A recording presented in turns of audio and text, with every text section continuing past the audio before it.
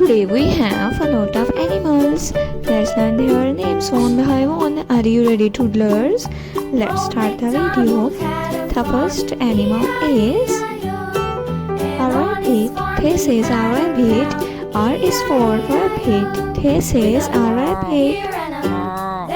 The next one is a horse.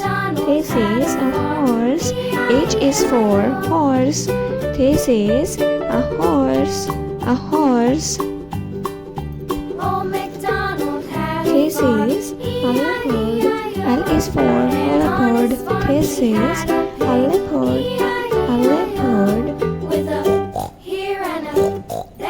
This is a peacock. This is a peacock. P is for peacock. This is a peacock.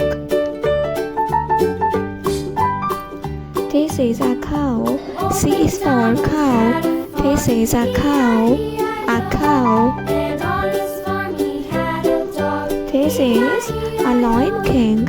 This is a lion. L is for lion. This is a dog. This is a dog. D is for dog. A dog. This is a hen. H is for hen. This is a hen. A hen. This is a zebra. Z is for zebra. This is a zebra. This is a zebra. A zebra.